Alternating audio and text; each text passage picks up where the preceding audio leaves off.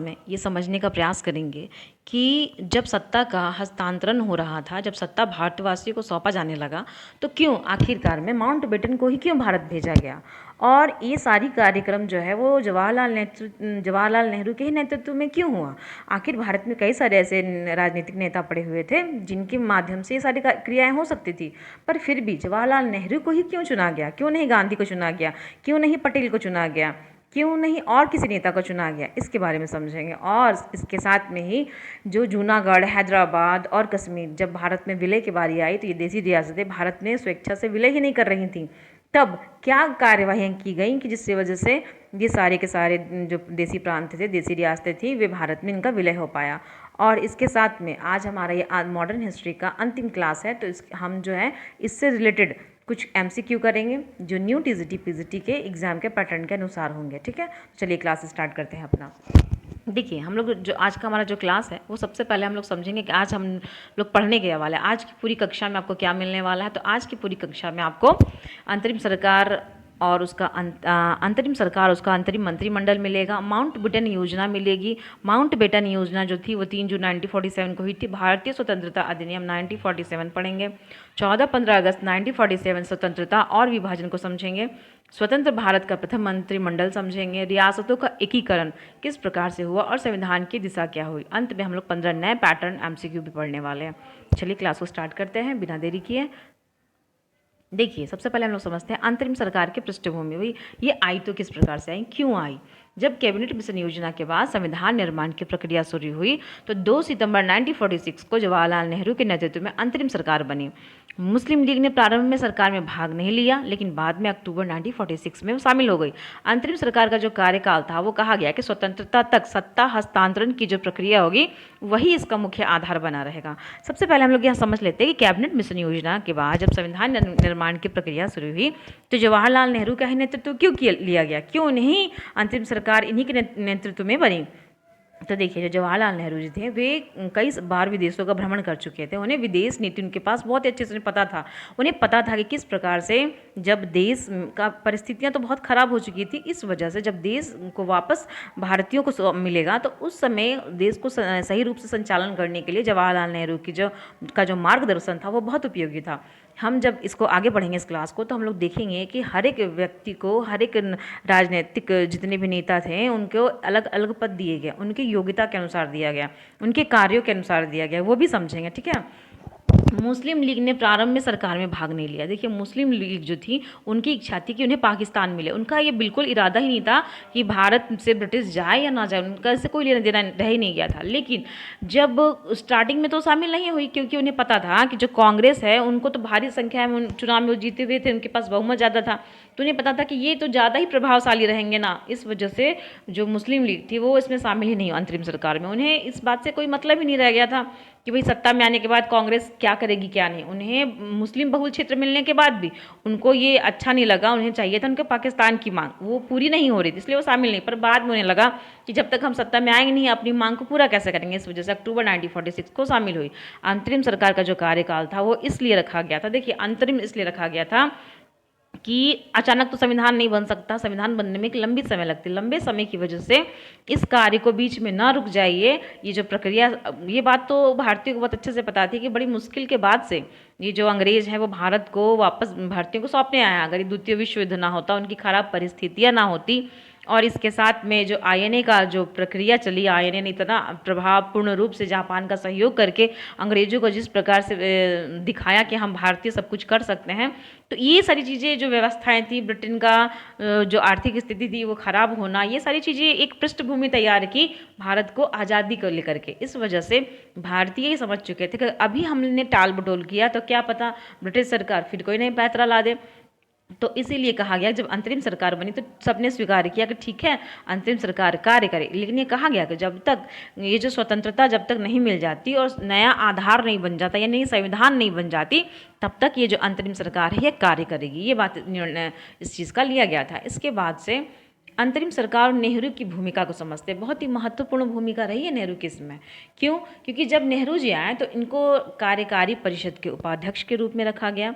व्यवहार में सरकार के प्रमुख रहे, देखिए, गांधी जी जिन्होंने इतना कुछ किया, इतना संघर्ष किया, पर वे इन सबसे दूर रहे, क्योंकि उन्हें तो बस भारत को आज़ादी दिलाना था। उनका कोई लक्ष्य नहीं था उन्हें सरकार में आना है, उन्हें सरकार में आकर के देश को चलाना है। उनकी सोच विचारधारा इससे बिल्कुल अलग थी, तो वो इस चीज़ में शामिल ही नहीं हुए। परंतु नेहरू जी के पास अनुभव ज़्यादा था, उन्होंने कार्य किया था। इस स्वतंत्रता संघर्ष के दौरान हर एक व्यक्ति ने अपनी अपनी अलग अलग भूमिका निभाई थी। इसी वजह से नेहरू जी की भूमिकाओं को ध्यान रख करके, उनके कार्यों को ध्यान रख करके उन्हें सरकार का प्रमुख के रूप में चुना गया था। लॉर्ड वेवेल जो थे वो उनके बाद 22 मार्च 1947 से लॉर्ड माउंटबेटन वाइसरॉय बने। लॉर्ड वेवेल के समय में भी कांग्रेस और मुस्लिम लीग के बीच विवाद चल रहा था, तो वेवेल जी के दिमाग में ये बात आई कि जब इतना कुछ हो ही रहा है तो हमें अब, चूंकि स्थितियां तो खराब थी ब्रिटेन की, तो उन्हें अब तत्काल जो था भारत को क्या करना था, भारत को आज़ादी देनी थी, मतलब सत्ता सौंपनी थी। सत्ता सौंपने के लिए उन्हें ऐसा उनके दिमाग में आया कि अब कोई ऐसा व्यक्ति होना चाहिए जो भारत जाए और भारतीय उनकी बातों को सुने। चूँकि लॉर्ड माउंटबेटन एक शाही परिवार से बिलोंग करते थे और द्वितीय विश्व युद्ध के समय ये नौसेना के कमांडर भी रह चुके थे, इनके पास बात करने के अनुभव अच्छे थे। इस वजह से माउंटबेटन को ही भारत भेजा गया था। मुस्लिम लीग के शामिल होने के बाद कांग्रेस और लीग के बीच विभाग तथा नीतियों को लेकर तनाव बन गया। अब मुस्लिम लीग शामिल तो हो गई, परंतु उनके दिमाग में जो चल रहा था वो जब पूरा नहीं हो पा रहा था, तो उनके साथ क्या हो रहा था, कांग्रेस जो विभाग ले रही थी, मुस्लिम लीग उस विभाग को लेकर के खींचातानी शुरू हो गई। इस वजह से दोनों में तनाव बढ़ गया। विभाजन की ओर बढ़ती राजनीति ने अंतरिम सरकार का जो काम था वो और कठिन बना दिया। अंतरिम सरकार का काम तो सरकार चलाना था जब तक ले सत्ता हस्तांतरण की प्रक्रिया कंप्लीट ना हो जाए। लेकिन जब ये मुस्लिम लीग का और कांग्रेस के बीच तनाव बढ़ता चला गया तो अंतरिम सरकार की कार्यवाही रुक गई, क्योंकि रुक नहीं गई, मतलब दिक्कतें आ गई। अब मान के चलिए आप कोई कार्य कर रहे हो और बीच में कोई विवाद आ जाए तो सारा ध्यान कहाँ चला जाता है, विवादों की ओर चला जाता है। जो कार्यवाहियाँ होती है वो सही से कार्य नहीं कर पाती, बस यही चीज़ें होने लग गई। इसका रिजल्ट क्या निकला, माउंटबेटन जो है वे आते हैं, माउंटबेटन योजना आती है, क्योंकि कहीं ना कहीं ये बात तो क्लियर हो गया कि पाकिस्तान जो है वो बिना मुस्लिम लीग जो है वह बिना अलग देश लिए नहीं मानने वाली है। तब लॉर्ड माउंटबेटन ने 3 जून 1947 को सत्ता हस्तांतरण की योजना घोषित की। ब्रिटिश भारत को भारत और पाकिस्तान 2 डोमिनियन में बांटने का निर्णय लिया गया। और ये जो घटना थी ये गांधी जी के लिए बहुत ही कहना कि दर्दनाक घटना, वैसे दर्दनाक घटना थी। पंजाब और बंगाल की विभाजन की प्रक्रिया निर्धारित हुई, चूँकि पंजाब और बंगाल दोनों में ही एक मुस्लिम जो समुदाय था वो बहुत ज़्यादा संख्या में रहते थे। इसी वजह से लेकर के पंजाब और बंगाल में किस प्रकार से विभाजन होगी इसका एक निर्णय किया गया। इस निर्धारण की वजह से क्या होता है कि उत्तर पश्चिम सीमा प्रांतों में कहा गया कि सिलहट में जनमत संग्रह करवाई जाएगी। सिलहट में जनमत संग्रह करवाने के रीज़न क्या हो गया कि सिलहट के जो अधिकांश लोग थे वो मुस्लिम थे, कुछ हिंदू भी थे, इसलिए उन पर छोड़ा गया कि आप जो है जनमत संग्रह हो जिसके माध्यम से इसमें विभाजन की प्रक्रिया शुरू हो, मतलब कौन पाकिस्तान में जाना चाहता है, कौन भारत में आना चाहता है। देखिए लास्ट में हम लोग समझेंगे कि जो विभाजन की प्रक्रिया हुई वो कितना ख़राब था। मतलब जब भारत के ही लोग वापस जाने लग गए, दूसरे मतलब पाकिस्तान में जाने लग गए, तो उस समय कितना हिंसा हुआ उसको भी समझेंगे। वीडियो के लास्ट में हम लोग सब कुछ अच्छे से समझेंगे और क्वेश्चन की प्रैक्टिस जरूर करेंगे, क्योंकि बिना क्वेश्चन की प्रैक्टिस आप कितना भी क्लास ले लो ना, सब वेस्ट हो जाता है। इसलिए क्वेश्चन की प्रैक्टिस तो बहुत ज़रूरी है। देशी रियासतों को ब्रिटिश सर्वोच्चता से मुक्त होने के बाद भारत या पाकिस्तान में शामिल होने का विकल्प मिला। कहा गया देशी रियासत से कि आपके ऊपर से जब ब्रिटिश सर्वोच्चता खत्म हो रही है तो आप चाहे तो भारत में शामिल हो जाइए या तो फिर पाकिस्तान में शामिल हो जाइए, ये बात उनसे कही गई। इसके बाद क्या होता है, माउंटबेटन योजना आती है। परीक्षा के लिए कारण और परिणाम ये बहुत ज़रूरी चीज़ है। आपको एग्जाम दे रहे हैं ना, आपका जो पैटर्न हो गया उसमें कारण आपको पता होना चाहिए, उसका रिजल्ट क्या हो ये बहुत ज़रूरी है। इसलिए मैंने आपको बात रखी है कि परीक्षा के लिए अगर ज़रूरी है ना तो कोई भी चीज़ पढ़ रहे हैं तो पहले समझिए उसका कारण क्या है और उसका रिजल्ट क्या हुआ, दोनों चीज़ें जानिए तभी कुछ होने वाला है। मुख्य समस्या क्या थी इस माउंटबेटन योजना के साथ कि कांग्रेस और मुस्लिम लीग के बीच सत्ता साझेदारी पर सहमति नहीं बन रही थी। भाई कोई ये चीज़ मानी, जो सत्ता का बंटवारा हो रहा था, जो सत्ता भारतीय को सौंपी जा रही थी उसमें मुस्लिम लीग समर्थन दे ही नहीं रहे थे। इनका कहना क्या था, मुस्लिम लीग की बात थी कि पाकिस्तान की मांग और प्रत्यक्ष कार्रवाई के बाद बड़ा सांप्रदायिक तनाव। मोहम्मद रेजिना ने प्रत्यक्ष कार्रवाई दिवस मना दी थी, जिसकी वजह से कई जगहों पर हिंसा हुआ। हम लोग नोआखली की बात कर चुके हैं, नोआखली में भी बहुत ज़्यादा हिंसा भड़की थी। ब्रिटिश सरकार जो थी वो शीघ्र सत्ता को हस्तांतरण करना चाहती थी, क्योंकि इतने लंबे समय से चलते आ रहे आंदोलन का रिजल्ट ये बना कि ब्रिटिश सरकार ये समझ चुकी थी कि अब पुराने तरीकों से शासन चलाना संभव नहीं है। इस वजह से उसके मन में था कि जितनी जल्दी हो जाए हमें सत्ता को भारतीयों को सौंप देना है। तो इसी वजह से परिणाम क्या हुआ, परिणाम ये हुआ कि विभाजन स्वीकार और जो स्वतंत्रता हुई उसकी तिथि निर्धारित हुई 15 अगस्त 1947 निर्धारित हुई, ठीक है। पर ये ऐसा हुआ नहीं था, हुआ क्या था ना कि सबसे पहले ब्रिटिश संसद ने अधिनियम बनाया कि 18 जुलाई 1947 को ये पारित हुआ, 18 जुलाई 1947 को, और 15 अगस्त 1947 से भारत और पाकिस्तान दो स्वतंत्र डोमिनियन बने। ये अधिनियम माउंटबेटन योजना को कानूनी रूप देता है। सबसे पहले जो है ये जो प्रक्रिया होने वाली थी ये होने वाली थी एक सेकेंड, ब्रिटिश संसद की विधायी सर्वोच्चता दोनों डोमिनियन पर समाप्त हो गई। ये जब पारित हो गया, जब 15 अगस्त 1947 आया, तो ब्रिटिश संसद की जितनी भी सर्वोच्चता थी सभी डोमिनियन पे खत्म हो गई, पाकिस्तान से भी खत्म हो गई, भारत से भी खत्म हो गई। ब्रिटिश क्राउन का भारत पर सर्वोच्च अधिकार और देसी रियासतों के साथ पुराने संबंध सब कुछ क्या हो गया, समाप्त हो गए। अब थोड़ा सा इसके आगे हम लोग समझते हैं अधिनियम और भारत और पाकिस्तान के क्षेत्र।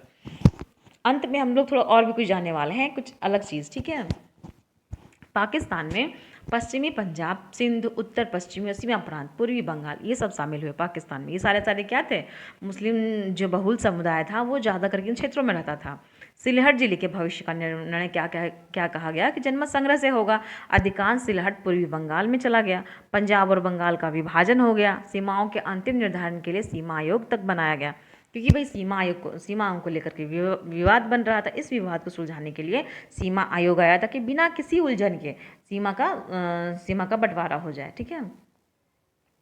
इसके बाद से रेड क्लिफ सीमा आयोग की समझते हैं। पंजाब और बंगाल की सीमा का जब निर्धारण हो रहा था तो इसके लिए सीमा आयोग बनाया गया।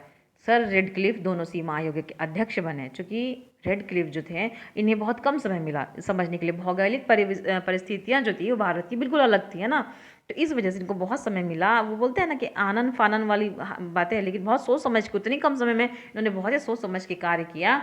सीमा निर्धारण का आधार मुख्यतः क्या रखा गया, जनसंख्या को रखा गया। जनसंख्या की बहुलता और अन्य संबंधित कारक थे इसमें। क्या सीमा रेखाएं स्वतंत्रता के बाद घोषित की गई, जिससे विस्थापन और हिंसा की स्थिति क्या हो गई, और जटिल हो गई। जब सीमा रेखा को रखा गया कि स्वतंत्रता के बाद घोषित हुई सीमा रेखाओं की, शुरू में ही जब मान के चलिए स्वतंत्रता नहीं हुई थी, देश का सत्ता वापस भारतीयों को नहीं मिला था, उससे पहले अगर सीमा का बंटवारा हो जाता तो वो ये होता कि आपका फिर ये चीज़ें समझ ही नहीं आती, क्लियर ही नहीं हो पाती कि कौन सा राज्य किस में जाएगा, कौन सा बंटवारा कौन से इलाके किस राज्य में किस देश में शामिल होंगे। इसीलिए स्वतंत्रता के बाद ये घोषणा की गई। लेकिन ये विस्थापन जो थी उसने हिंसा की स्थिति को क्या कर दिया, और भी ज़्यादा जटिल कर दिया। इससे पहले वाले में हम लोगों ने एक बात करी थी कि जब जून 1947 में ही ये मतलब कह दिया गया था ना कि हम लोग का जो सीमा का बंटवारा होगा वो पहले ही मतलब 1 साल पहले ही कह दिया गया था, ये हो जाना चाहिए था। सॉरी 1 साल बाद होने वाला 1948 को, जून 1948 को होने वाला था कि सत्ता का हस्तांतरण किया जाएगा। लेकिन ब्रिटिश सरकार जो थी वो इतना परेशान थी ना, क्योंकि उनकी परिस्थितियाँ बहुत ख़राब थी और आंदोलन कहीं रुकने का नाम नहीं ले रहे थे।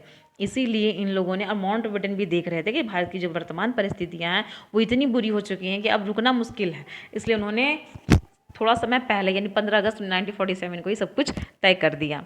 दोनों डोमिनियन अपने अपने विधानमंडलों के माध्यम से कानून क्या हो रहा था, जो दोनों ही डोमिनियन थे वे अपने अपने विधानमंडल के माध्यम से कानून बना सकते थे। ये बात कही गई। भारत अपने हिसाब से बनाएगा और पाकिस्तान अपने हिसाब से। 15 अगस्त 1947 के बाद ब्रिटिश संसद का कोई भी नया कानून स्वतः भारत या पाकिस्तान पे लागू नहीं रहेगा। यानी कब से, इस बात को ध्यान रखिएगा, 15 अगस्त 1947 तक ले, इससे पहले तक ले ब्रिटिश का जो कानून था वो कार्य कर रहा था। पर इसके बाद से ब्रिटिश संसद का कोई भी कानून नया वो भारत या पाकिस्तान पे कभी लागू, जो था वो खत्म हो जाएगा, यानी लागू नहीं रहेगा। संविधान बनने तक शासन की अंतरिम व्यवस्था में 1935 के भारत शासन अधिनियम को संशोधित करके आधार बनाया गया। यानी अब तुरंत तो संविधान बन नहीं सकता था। अब जब तक संविधान नहीं बनेगा तब तक तो देश तो चलाना है ना, तो देश कैसे चलेगा। इसके लिए कहा गया कि 1935 का जो भारत शासन अधिनियम है उसी में कुछ बातों को लेकर संशोधन किया गया और उसी को आधार बना करके देश को चलाया गया। ये क्वेश्चन का मतलब एग्जाम में पूछे जाते हैं कि जब तक देश का नया संविधान नहीं बना था तब तक किस आधार पर भारत का शासन व्यवस्था चल रही थी, तो वो होगा 1935 के भारत शासन अधिनियम के तहत। प्रत्येक डोमिनियन का अपना गवर्नर जनरल बनाया गया, ठीक है, दोनों के लिए, भारत और पाकिस्तान दोनों के लिए। देसी रियासतों में क्या बदलाव हुआ, अब यहाँ समझते हैं देसी रियासतों का मीन। ब्रिटिश सर्वोच्चता समाप्त होने के साथ रियासतों पर ब्रिटिश सत्ता का संबंध भी समाप्त हो गया। ब्रिटिश का कोई लेना देना नहीं रह गया। रियासतों के सामने भारत या पाकिस्तान से जुड़ने का प्रश्न आया। अब बात कही गई कि जो रियासतें हैं वो अपनी स्वेच्छा से या तो भारत के साथ जुड़ जाएं या फिर पाकिस्तान के साथ जुड़ जाएं। व्यवहार में जब बात की गई तो भौगोलिक स्थितियाँ जो थी वो जनसंख्या, शासक और राजनीतिक परिस्थितियाँ, ये महत्वपूर्ण बात बन गई कि भैया भौगोलिक स्थिति हर राज्य के अलग अलग है। हमारे देश में जनसंख्या भी अलग अलग थी और शासक भी अलग अलग थे। इस वजह से थोड़ी सी समस्या आई। समस्या क्या आई उसको समझते हैं। पहले ये देखिए कि स्वतंत्र भारत के एकीकरण में जो सबसे अहम भूमिका निभाई थी वो सरदार वल्लभ भाई पटेल ने और वीपी मेनन सिंह ने इसमें निर्णायक भूमिका निभाई थी। अब अगर इसकी बात करें कि 14 से 15 अगस्त 1947 का दिन आ गया। 14 अगस्त को भारत का स्वतंत्र डोमिनियन अस्तित्व में आ गया था, 14 अगस्त को ही। इसी वजह से वो लोग देखते हैं, हम लोग आज़ादी को अपने कब मनाते हैं, 15 अगस्त को, वो 14 अगस्त को ही मना लेते हैं। भारत का स्वतंत्र डोमिनियन कब आया, 15 अगस्त 1947 को अस्तित्व में आ गया। 14 से 15 अगस्त की मध्यरात्रि को संविधान सभा ने सत्ता हस्तांतरण के अवसर पर विशेष बैठक की। जवाहरलाल नेहरू ने नियति से भेंट वाला अपना प्रसिद्ध भाषण दिया। उन्होंने ये बताया अपने भाषण में कि हम लोगों ने इतने संघर्ष किए हैं इसके लिए, इतना कुछ झेला है, इतने कठिन कठिन परिस्थितियों को जिया है, तब जा करके हमारी नियति से, मतलब जो भारत चाह रहा था, भारतवासी जो चाह रहे, उस नियति से हमारा भेंट हुआ है। यही बात जवाहरलाल नेहरू ने अपने भाषण में बहुत ही अच्छे शब्दों के साथ कही थी। तब स्वतंत्र भारत का पहला मंत्रिमंडल बनता है। अब इस थोड़ा मंत्रिमंडल को समझ लीजिए, इससे मतलब सीधे प्रश्न आते हैं, ठीक है। अब तो न्यू पैटर्न है तो हो सकता है क्वेश्चन को थोड़ा घुमाया जाए, पर प्रश्न तो यही रहेंगे, चीज़ें चेंज नहीं होती है। जो तथ्य है वो तथ्य वही रह जाता है, बस पूछने का तरीका बदल जाता है। अगर हमें तथ्य पता होगा तो चाहे कितना भी घुमा ले प्रश्न करने आयोग, हमें कोई टेंशन नहीं होगा, क्योंकि हमें तो वो चीज़ आता है, हम उसके बारे में अच्छे से जानते हैं। तो देखिए, स्वतंत्र भारत का जो पहला मंत्रिमंडल बना उसमें जवाहरलाल नेहरू को क्या मिला, वो प्रधानमंत्री बने। विदेश और राष्ट्रमंडल संबंध, वैज्ञानिक अनुसंधान, ये 3 विभाग उनको महत्वपूर्ण तरीके से दिए गए। सरदार वल्लभ भाई पटेल को गृह विभाग दिया गया, सूचना एवं प्रसारण मंत्री बनाया गया, राज्य विभाग भी सौंपा गया। भाई सरदार वल्लभ भाई पटेल ने देश के अंदर बहुत अच्छे कार्य किए, इस बात को देख करके उन्हें गृह विभाग दिया गया था। डॉक्टर राजेंद्र प्रसाद को खाद्य एवं कृषि मंत्री बनाया गया। BR अम्बेडकर को विधि कानून के ज्ञाता रहे हैं ये, तो इन्हें तो ये बनना उनका बनता भी था। फिर से आगे BR अम्बेडकर। सरदार बलदेव सिंह रक्षा मंत्री बने। मौलाना अब्दुल कलाम आज़ाद को शिक्षा मंत्री बनाया गया। RK षणमुख चेट्टी को वित्त मंत्री बनाया गया। अब अगर आते हैं हम लोग प्रथम मंत्रिमंडल, इन शेष महत्वपूर्ण सदस्य जो बच गए, ये कौन थे। जॉन मथाई, रेल एवं परिवहन मंत्री। अगर आपको याद करना हो ना तो एक ट्रिक दे रही हूँ, मतलब आपको याद करने का इसको तरीका देखिए। बाबू जगजीवन राम, श्रम मंत्री। देखिए ट्रिक क्या है, जीवन में क्या होता है, इंसान जब तक जिएगा तब तक क्या करेगा, श्रम करेगा, मेहनत करेगा, है ना। भाभा, CH भाभा, वाणिज्य। देखिए कितना आसान तरीके से है, CH भाभा, भाभा सही नहीं लग रहा, कुछ अलग तरीके का साउंड आ रहा है, इसलिए वाणिज्य मंत्री हो गए। रफ़ी अहमद किदवई। देखिए अहमद सिंह ने संचार, बड़ा अच्छा संचार जो है ना अहमद जी का बड़ा ही अच्छा है, तो इसलिए अहमद संचार।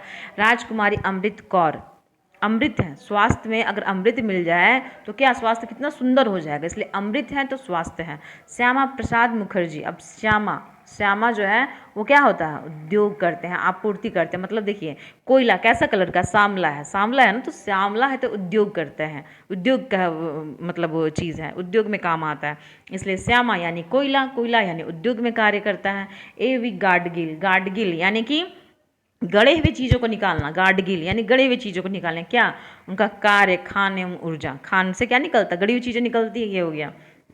जॉन मथाई क्या है, रेल एवं परिवहन। मतलब क्या होता है, रेल में चीज़ें चलती रहती, जो पहिए हैं वो आगे पीछे होते हैं, तो मथाई होती तरह से, जिस तरह से कोई दही को मथता है या दूध को मथता है तो क्या होता है उसमें ना, देखते हैं वो मथनी को आगे पीछे किया जाता है, उसी तरह से रेल में क्या होता है, वो उसके जो पहिए होते हैं वो मथते हैं, इसलिए मथाई जी क्या हो गए, रेल एवं परिवहन मंत्री हो गए, ठीक ना। तो ये तरीका एक ट्रिक है, मतलब याद करने के लिए आपको आसानी पड़ेगा। अब थोड़ा समझ लें, माउंटबेटन बनाम राजगोपालाचारी। माउंटबेटन जो थे,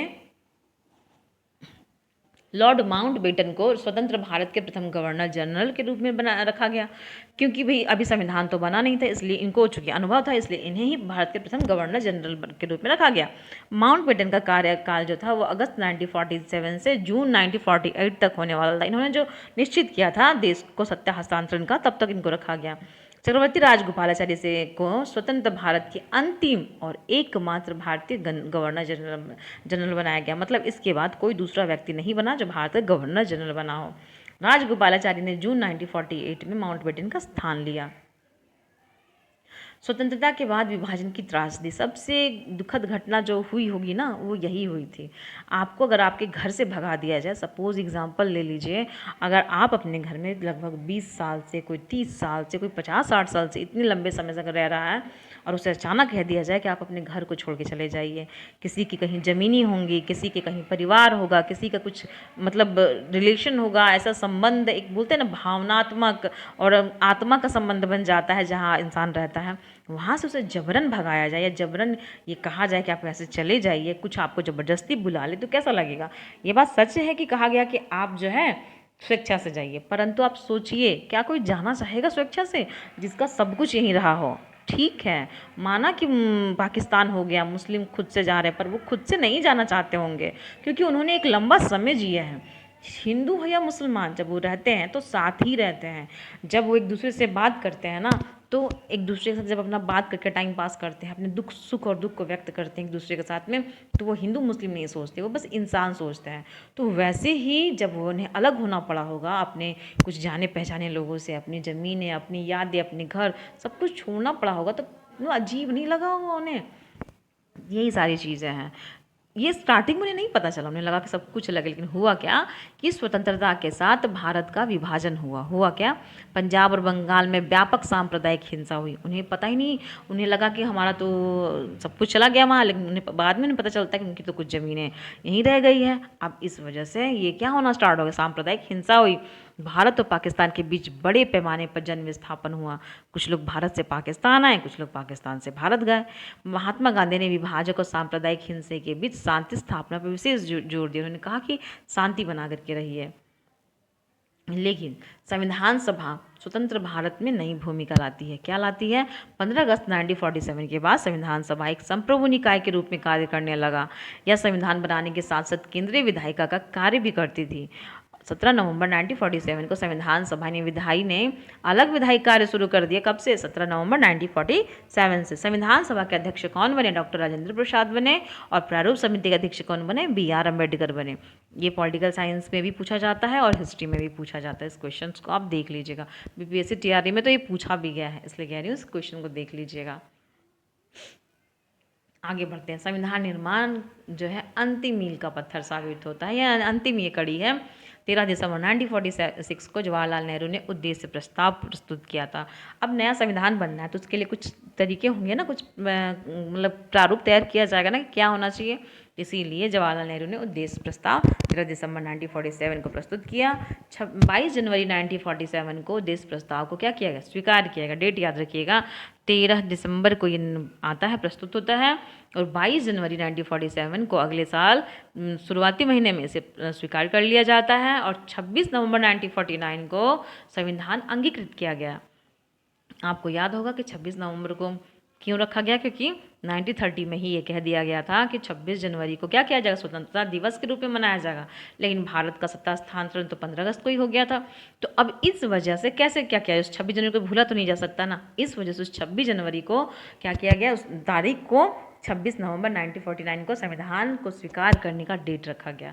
24 जनवरी 1950 को सदस्यों ने संविधान पर क्या किया? हस्ताक्षर। राज्य विभाग, देशी रियासतों का जब एकीकरण होता है और स्वतंत्रता के बाद का आश्वासन आवश्यक समापन होता है, यानी कि राज्य विभाग का नेतृत्व जो होता है वो सरदार वल्लभ भाई पटेल करते हैं। और VP मेनन ने एकीकरण की प्रशासनिक और संवैधानिक प्रक्रिया में महत्वपूर्ण भूमिका निभाता है। यानी अधिकांश रियासतें भारत में शामिल हो गई थी। भारत में जब रियासतों के शामिल होने की बारी आती है तो बहुत हड़कंप होता है एक तरीके से। कैसे समझते हैं एक बार। हैदराबाद सबसे इसमें अहम जो भूमिका आती है ना, वो हैदराबाद, जूनागढ़ और कश्मीर की आती है। इनके मामले में ना अलग अलग परिस्थितियाँ सामने आई। ये स्वतंत्रता के बाद भारत के को एक राजनीतिक इकाई बनाने की केंद्रीय प्रक्रिया थी। हैदराबाद जो था वो भारत के बीच में पड़ता है, पर हैदराबाद के जो निजाम थे वो मुस्लिम थे, उसके शासक मुस्लिम थे, लेकिन हैदराबाद में जो जनसंख्या थी वो हिंदुओं की थी बहुत ज़्यादा। अब ये जो निजाम है, इनका कहना था कि हम शुरुआत में तो स्वतंत्र रहना चाहते हैं, और इनका इच्छा भी नहीं था कि भारत में शामिल हो फिलहाल। इस वजह से जो हैदराबाद को लेकर के विवाद शुरू हो गया। विवाद के बाद इन्होंने क्या किया, कांग्रेस ने वहाँ पर कानूनी कार्यवाही की, मतलब तब जा कर के हैदराबाद भारत में शामिल हुआ। जूनागढ़ में भी वही सेम परिस्थितियाँ थी। वहाँ के भी शासक कौन थे, मुस्लिम ही थे, मुस्लिम शासक ही थे। और जूनागढ़ का भी वही हाल था, वहाँ पर भी ये पश्चिमी भाग है। अब इसकी वजह से ना तो इसे छोड़ा जा सकता है, अचानक से भारत का जो सीमा है वो ऐसे कैसे कट जाएगा। इस वजह से लेकर के जूनागढ़ के शासक ने भी यही किया। ये तो बल्कि पाकिस्तान में शामिल होना चाह रहे थे, लेकिन फिर वहाँ पे जनमत संग्रह हुआ। जनमत संग्रह में वहाँ की जनता ने भरपूर साथ दिए, मतलब समर्थन दिया भारत में शामिल होने के लिए। तब जाकर जूनागढ़ शामिल हुआ। अब बारी आई कश्मीर की। कश्मीर में तो हरिहर सिंह जी थे, वे तो हिंदू शासक राजा थे, लेकिन फिर भी उनका कहना था कि हम जो है वो भारत में शामिल नहीं होंगे, हमें मतलब स्वतंत्र होना है, स्वतंत्र कुछ दिनों तक रहना है। अब इसी वक्त समय क्या हो गया, वहाँ पे कबालियों ने आक्रमण कर दिया। वो कबाली जो थे वो एक जनजाति समूह था, उस पर ना उन लोगों ने हथियार से लैस थे, वो लोगों ने आक्रमण कर दिया। अब हरिहर सिंह को एक बात समझ में आ गई कि हम अकेले तो इनसे निपट नहीं सकते, उन्हें सहायता लेनी थी अब किसकी, कांग्रेस की, यानी भारतीय सरकार की। लेकिन वो मदद करे तो क्यों करे भाई, आप जब तक शामिल नहीं होंगे मदद करेगी नहीं। तब जाकर के मजबूरन हरिहर सिंह को क्या हो गया, भारत में शामिल होना पड़ा। इस तरीके से वहाँ की परिस्थितियाँ आई। स्वतंत्रता के बाद भारत की राजनीतिक इकाई बनने की प्रक्रिया थी ये। आधुनिक भारत 1946 को 3 जून 1947 को माउंटबेटन योजना आती है। 18 जुलाई 1947 को भारतीय स्वतंत्रता अधिनियम आता है। 14 अगस्त 1947 को पाकिस्तान स्वतंत्र डोमिनियन बनता है। 15 अगस्त 1947 को भारत स्वतंत्रता दिवस बनता है, यानी भारत स्वतंत्र डोमिनियन बनता है। ठीक है। इसके बाद से सर रेडक्लिफ क्या होता है, सीमा आयोग के अध्यक्ष बनाए जाते हैं। माउंटबेटन प्रथम गवर्नर जनरल बनते हैं। राजगोपालाचारी अंतिम और एकमात्र भारतीय गवर्नर जनरल बनते हैं। 26 नवंबर 1949 को संविधान अंगीकृत किया जाता है। 26 जनवरी 1950 को संविधान लागू हो जाता है। ठीक है, 26 जनवरी, ये डेट बहुत ही महत्वपूर्ण था हमारे इतिहास में। अब एक करके प्रश्नों को देख लेते हैं। 15 प्रश्न है हमारे पास में, जल्दी जल्दी इसको देख लिया जाए। भारतीय स्वतंत्रता अधिनियम 1947 ने भारत और पाकिस्तान को स्वतंत्र डोमिनियन बनाया, क्या ये सही है? यह अधिनियम 18 जुलाई 1947 को ब्रिटिश संसद द्वारा पारित हुआ। देखिए, देखा जाए तो दोनों ही प्रश्न सही है, लेकिन कहीं से भी ये 1947 ने भारत स्वतंत्रता अधिनियम 1947 ने भारत और पाकिस्तान को 2 स्वतंत्र डोमिनियन बनाया। तो ये 18 जुलाई तो थी नहीं, वो तो 14-15 अगस्त थी। तो ये चीज़ तो खत्म हो गई नहीं। हमारा क्या आंसर होगा सही? ख। दोनों कथन सही है अपनी अपनी जगह पर। जो 2 है वो व्याख्या नहीं करता है फर्स्ट की। अब हम आते हैं अपने पहले प्रश्न, दूसरे प्रश्न पर। निम्नलिखित में से सही कालक्रम को चुनिए। माउंटबेटन योजना पहले आई, अंतरिम सरकार बना, या फिर भारतीय स्वतंत्रता अधिनियम आया, फिर या भारत स्वतंत्र हुआ। तो देखिए, अगर हम देखें तो हमारा क का आंसर बिल्कुल सही, क्योंकि सबसे पहले तो अंतरिम सरकार बनी, फिर क्या माउंटबेटन योजना आता है ना, फिर भारत स्वतंत्रता अधिनियम आता है, और तब जाकर भारत स्वतंत्र होता है। अब इसके आगे बढ़ते हैं हम लोग। देख लें निम्नलिखित में से कौन सही सुमेलित है, बताइएगा। माउंटबेटन जो है भारत के प्रथम गवर्नर जनरल, भारतीय गवर्नर जनरल बनते हैं क्या? माउंटबेटन भारत के प्रथम गवर्नर जनरल तो बनते हैं, सही है, लेकिन भारतीय ये कहाँ सही है? राजगोपालाचारी अंतिम एकमात्र भारतीय गवर्नर जनरल बनते थे, ये बिल्कुल सही। पटेल जी तो थे ही नहीं गवर्नर जनरल। और नेहरू स्वतंत्र भारत के प्रथम गवर्नर जनरल, बिल्कुल नहीं। हमारा ख ही इसका सही आंसर होने वाला है, ख। आगे बढ़ते हैं, आगे बढ़ के देख ले थोड़ा सा। तो भारतीय स्वतंत्रता अधिनियम 1947 के संबंध में निम्न कथनों पर विचार कीजिए। ब्रिटिश संसद की विधायी सर्वोच्चता समाप्त हो गई थी इसमें क्या, या फिर दोनों डोमिनियन अपने विधानमंडल से कानून बना सकते थे, या फिर 1935 का अधिनियम तुरंत पूर्णतः निरस्त होकर शासन का कोई आधार नहीं रहा। सही कुछ बताइए इसका क्या होने वाला। अब इसका देखिएगा आप, तो ब्रिटिश संसद की विधायी सर्वोच्चता समाप्त होगी, बिल्कुल समाप्त हो गई। दोनों डोमिनियन अपने विधानमंडल से कानून बना सकते थे, बिल्कुल बना सकते थे। क्या 1935 का अधिनियम तुरंत पूर्णतः निरस्त हुआ? उसी के आधार पर तो शासन चलने वाला था, तो वो कैसे निरस्त होगा? तो हमारा आंसर क्या हो जाएगा? सही, ख। ठीक है, आगे बढ़कर देखते हैं। तो पंजाब और बंगाल के विभाजन से संबंधित सीमा निर्धारण में किसका नाम प्रमुख रूप से जुड़ा था? सर रेडक्लिफ, सिरिल नहीं, सर रेडक्लिफ हो गया। यहाँ पे देखिए आंसर भी लिख दिया था। आगे, निम्न में से किसे स्वतंत्र भारत के प्रथम मंत्रिमंडल विधि विभाग मिला था? विधि भाई पढ़े लिखे व्यक्ति कौन है? डॉक्टर भीमराव अम्बेडकर। पढ़े लिखे तो सभी हैं, पर वित्त क्या जो है ना, इन्होंने क्या किया था, वकालत करी थी, इसलिए BR अम्बेडकर बने। संविधान सभा स्वतंत्रता के बाद केवल संविधान निर्माण संस्था नहीं रही, क्या ये होगा? कब? स्वतंत्रता के बाद। या उसने विधायी कार्य भी किया? संविधान सभा जो थी वो स्वतंत्रता के बाद केवल संविधान निर्माण संस्था नहीं रही। हाँ, ये सच है, क्या संविधान निर्माण संस्था नहीं रही क्या? ये तो सच है, लेकिन क्या उसने विधायी कार्य भी किया? अब एक बात बताइए, कह रहा है कि संविधान दोनों सही है, दो एक की सही व्याख्या है।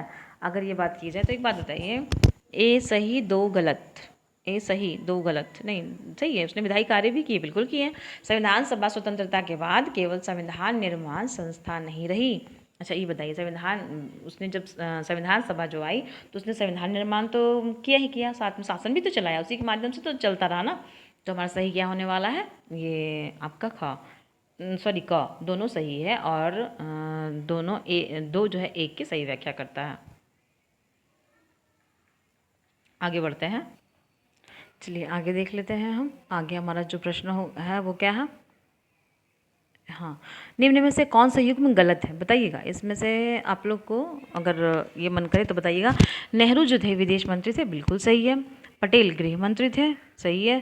अंबेडकर विधि मंत्री थे, ये भी सही है। श्यामा प्रसाद मुखर्जी रक्षा मंत्री, नहीं, रक्षा मंत्री ये नहीं थे, इसलिए इनका क्या होगा, हमारा आंसर क्या हो जाएगा, घाव हो जाएगा। ठीक है, हमने बताया था ना कि ये श्यामा प्रसाद सामले सामले क्या करता है, उद्योग एवं खनन कार्य करता है ना। तो इस तरीके से आगे बढ़ते हैं, और हमारा ये जो प्रश्न है आपका कि भारतीय स्वतंत्रता अधिनियम के अंतर्गत देसी रियासतों के संबंध में सबसे उपयुक्त कथन कौन सा है। देसी रियासतें, सभी रियासतें स्वतः भारत में विलय हो गई थी क्या, सभी रियासतें स्वतः भारत में, बिल्कुल नहीं। तीन ने हमने बताया, हैदराबाद, जूनागढ़ और कश्मीर ने तो कितना कुछ किया था। ब्रिटिश सर्वोच्चता समाप्त हुई और रियासतों के सामने भारत पाकिस्तान से जोड़ने का प्रश्न आया। हाँ, हमारा यही आंसर सही होगा, क्योंकि ब्रिटिश सर्वोच्चता समाप्त हो गई थी और कहा गया कि देसी रियासतें वो भारत में चाहे तो भारत में से मिल जाए, या पाकिस्तान से चाहे तो पाकिस्तान से जुड़े, है ना। आगे बढ़ते हैं तो हम लोग देखते हैं, निम्नलिखित में से सही कालक्रम चुनिए। संविधान का अंगीकरण पहले हुआ, संविधान लागू हुआ, या फिर उद्देश्य प्रस्ताव आया, या फिर भारत की स्वतंत्रता हुई। सबसे पहले क्या, सबसे पहले तो उद्देश्य प्रस्ताव आया, ठीक है। फिर क्या, संविधान का अंगीकरण हुआ, यानी कि 1 हमारा। फिर क्या होता है, फिर हमारा संविधान, भारत की स्वतंत्रता, हाँ भारत स्वतंत्र होता तब तो संविधान लागू होता है, यानी हमारा आंसर क्या हो जाएगा, ग हो जाएगा। आगे बढ़ते हैं, आगे बढ़ते हैं, आगे बढ़ते हैं, तो फिर देखते हैं ना कि 15 अगस्त 1947 को, मतलब किस घटना ने 15 अगस्त 1947 को भारत की स्वतंत्रता के लिए कानूनी आधार प्रदान किया था। कानूनी आधार क्या था हमारा, तो कैबिनेट मिशन योजना थी, या फिर एक सेकेंड, कैबिनेट मिशन योजना थी इसके लिए, या फिर माउंटबेटन योजना थी, या फिर भारतीय स्वतंत्रता अधिनियम 1947 था, या अगस्त प्रस्ताव था। अगस्त प्रस्ताव को तो इसमें कोई लेना देना है नहीं, तो घ तो हमारा ऐसे ही गलत हो गया। और क्या कह रहा है, 15 अगस्त 1947 को भारत की स्वतंत्रता के लिए कानूनी आधार कौन देता है, कानूनी आधार किस हिसाब से आता है, कैबिनेट मिशन क्या, इसके माध्यम से तो लोग आते हैं ना, क्रिप्स थी। तो ये माउंटबेटन योजना भी तो इस बात को लेकर थी नहीं, कि उन्होंने जो योजना लाई थी वो तो भारत को सत्ता सौंपने की थी। ये स्वतंत्रता के लिए कानूनी आधार थोड़ी ना प्रदान करता है। पर हाँ, ये जो भारतीय स्वतंत्रता अधिनियम था 1947, ये हमारा सही हो सकता है ना, ये हमारा सही है। बल्कि कैबिनेट मिशन योजना जो थी वो तो बिल्कुल नहीं होगी, तो इसे काट देते, क्योंकि इसके समय में तो 3 मंत्री भारत आए थे, है ना, अलेक्जेंडर, क्रिप्स और पैथिक लॉरेंस, ये 3 तो जन भारत आए थे, इनका तो कोई लेना देना है ही नहीं इसमें। माउंटबेटन योजना भी कोई नहीं है, अगस्त प्रस्ताव तो है ही नहीं, तो हमारा भारतीय स्वतंत्रता अधिनियम इसी के माध्यम से क्या हुआ, कानूनी आधार प्रदान किया गया। अब आगे बढ़ते हैं तो देखते हैं माउंटबेटन, अब इसको थोड़ा सा क्या किया जाए, समझना है क्या सही है हमारा। माउंटबेटन योजना 3 जून 1947 को घोषित हुई थी, क्या ये सच है, या फिर भारतीय स्वतंत्रता अधिनियम 18 जुलाई 1947 को पारित हुआ, ये सच है, या फिर भारत 26 जनवरी 1950 को स्वतंत्र हुआ, आप बताइए। हमारा 1 तो बिल्कुल सही है, 3 जून 1947 को घोषित हुआ, भारतीय स्वतंत्रता अधिनियम 18 जुलाई 1947 को पारित हुआ, ये भी सही है, और भारत जो है वो 26 जनवरी 1950 को स्वतंत्र हुआ, बिल्कुल नहीं, ये गलत है। हमारा सही आंसर क्या होगा, सिर्फ क हमारा सही आंसर होगा। अब इसके आगे थोड़ा सा आगे बढ़ जाते हैं, आगे बढ़ के लास्ट हमारा जो प्रश्न है वो देख लेते हैं। स्वतंत्र भारत के प्रथम मंत्रिमंडल के संबंध में कौन सा कथन सही है, क्या राजेंद्र प्रसाद रक्षा मंत्री थे, बलदेव सिंह रक्षा मंत्री थे, या अम्बेडकर वित्त मंत्री थे, पटेल थे। तो हमारा बलदेव सिंह रक्षा मंत्री थे, बल है, कहा था ना, बल है जिसके पास वही रक्षा कर सकते थे, तो बलदेव सिंह क्या बने, रक्षा मंत्री बने। अब एक बार आगे बढ़ लेते हैं, एक और हमारा प्रश्न है वो भी देख लें। 14वां प्रश्न, इनमें से किस घटना को स्वतंत्रता संघर्ष से स्वतंत्र गणराज्य की ओर संक्रमण का सबसे उपयुक्त संवैधानिक पड़ाव माना जाता है, किसे, यानी कि स्वतंत्रता का संघर्ष से गणराज्य की ओर कौन सा होता है, 26 जनवरी 1950 को संविधान क्या होता है हमारा, लागू होता है ना। इसी दिन से क्या होता है, गणराज्य की ओर, मतलब हमारा देश जो है वो गणराज्य घोषित हो जाता है ना। तो हमारा सही आंसर क्या हो जाएगा? घ हो जाएगा। एक अंतिम प्रश्न की ओर चलते हैं 15। यदि किसी प्रश्न में पूछा जाए कि स्वतंत्र भारत के पहले गवर्नर जनरल भारतीय गवर्नर जनरल कौन थे, तो सही उत्तर क्या होगा? तो हमारे क्या होने वाले? माउंटबेटन और राजगोपालाचारी, यानी ख हमारा जो आंसर है वो सही होगा। चलिए, आज का क्लास समाप्त होता है। अगले क्लास में मिलते हैं अगले वीडियो के साथ में। अब हमारा जो मॉडर्न हिस्ट्री है वो कंप्लीट हो जाता है और हम धीरे धीरे इसके प्रश्न भी करेंगे और एंशिएंट हिस्ट्री को स्टार्ट भी करेंगे। तो मिलते हैं अगले क्लास में, ठीक है।